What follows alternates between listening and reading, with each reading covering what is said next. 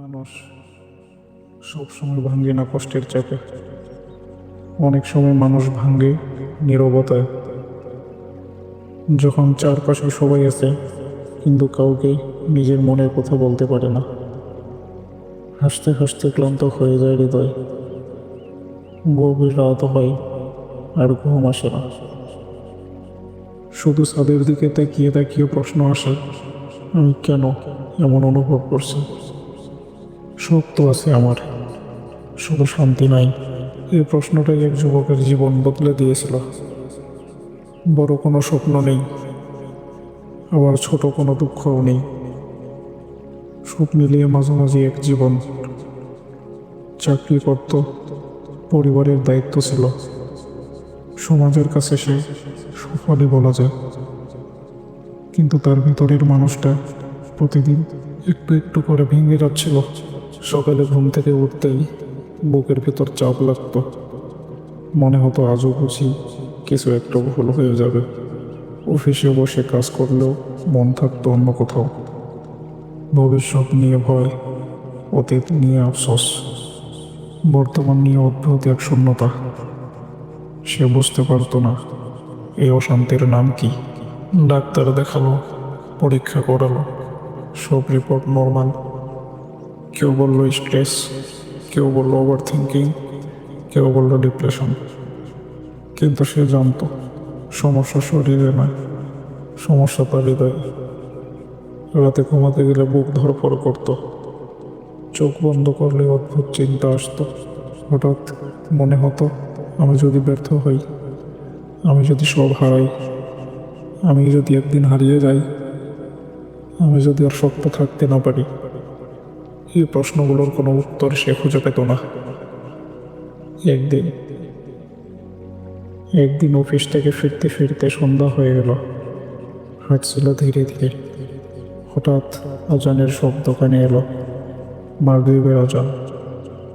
সাধারণত সে নামাজ পড়তো, কিন্তু সেদিন অদ্ভুতভাবে তার পা মসজিদের দিকেই চলে গেল।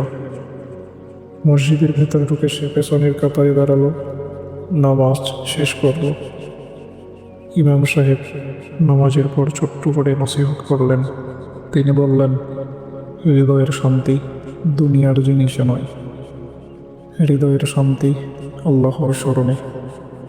যে আল্লাহর উপর ভরসা করে, আল্লাহ তার জন্য এমন রাস্তা খুলে দেন যা সে কল্পনাও করতে পারে না।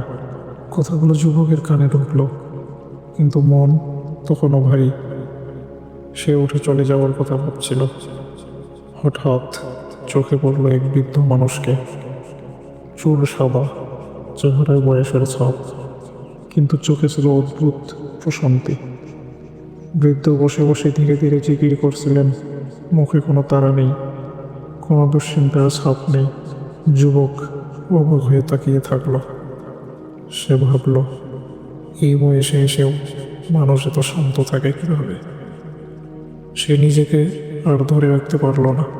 বৃদ্ধের কাছে গিয়ে বলল, চাচা, আপনার জীবনে কি কখনো কষ্ট আসে না? বৃদ্ধ হাসলেন।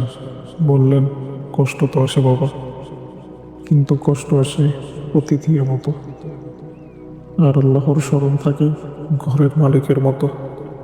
অতিথি আসে যায়, মালিক থাকে। এই কথাটা যুবকের হৃদয়ে গেঁথে গেল। সে কিছু বলল না, শুধু চুপচাপ চলে এল। সেদিন রাতে ঘরে ফিরে সে প্রথমবারের মতো আল্লাহর সামনে বসে পড়ল।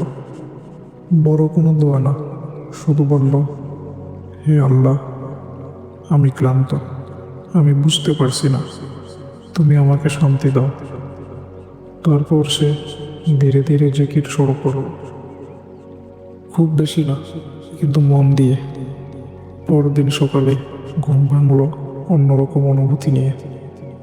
সমস্যা শেষ হয়নি, কিন্তু বুকের ভিতরের চাপটা একটু কম।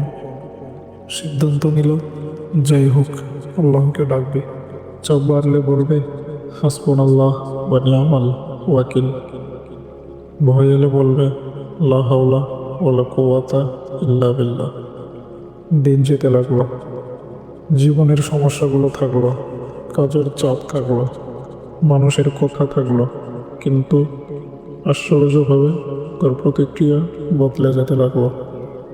যেটা আগে তাকে ভেঙে দিত, এখন সেটা সে আল্লাহর কাছে ছেড়ে দিতে পারত। একদিন ঋণ নিয়ে বড় সমস্যা হলো। আগে হলে সে সারা রাত ঘুমাতে পারতো না। সেদিন সে সিজদায় পড়ে বলল, হে আল্লাহ, আমি চেষ্টা করছি, বাকি তোমার উপর। কিছুদিন পর সে এমন জায়গা থেকে সাহায্য পেল যা সে কল্পনাও করেনি। তখন তার মনে পড়ল রাসূলুল্লাহ সাল্লাল্লাহু আলাইহি সাল্লামের হাদিস, নিশ্চয়ই দুনিয়ার প্রতিটি কষ্টের জন্য আল্লাহ একটি সান্ত্বনা রেখে দেন। আর যে আল্লাহর উপর ভরসা করে, আল্লাহ তাকে এমন জায়গা থেকে রিজিক দেন যেখানে সে কল্পনাও করতে পারে না। এক রাতে সে নামাজে দাঁড়িয়ে কেঁদে ফেলল, কষ্টে নয়, এই অনুভূতিতে যে আমি একা নই, আল্লাহ আমার সঙ্গে আছেন। সে বুঝে গেল প্রশান্তি মানে সমস্যা না থাকা নয়, প্রশান্তি মানে সমস্যার মাঝেও হৃদয় ভাঙ্গা না। আজ যদি তুমি এই ভিডিওটা শুনে থাকো আর তোমার বুকের ভিতর যদি অদৃশ্য চাপ থাকে, তাহলে জেনে রেখো তুমি একা নও। আল্লাহ তোমার কথা শুনছেন, তোমার চোখের পানি গুনে রেখেছেন। তুমি আল্লাহর দিকে ফিরে আসো, জিকির করো, দোয়া করো, তাওয়াক্কুল করো। ঝড় থাকবে, কিন্তু তুমি ভাঙবে না, কারণ যে হৃদয়ে আল্লাহ থাকেন সেই হৃদয় কখনো একা থাকে না।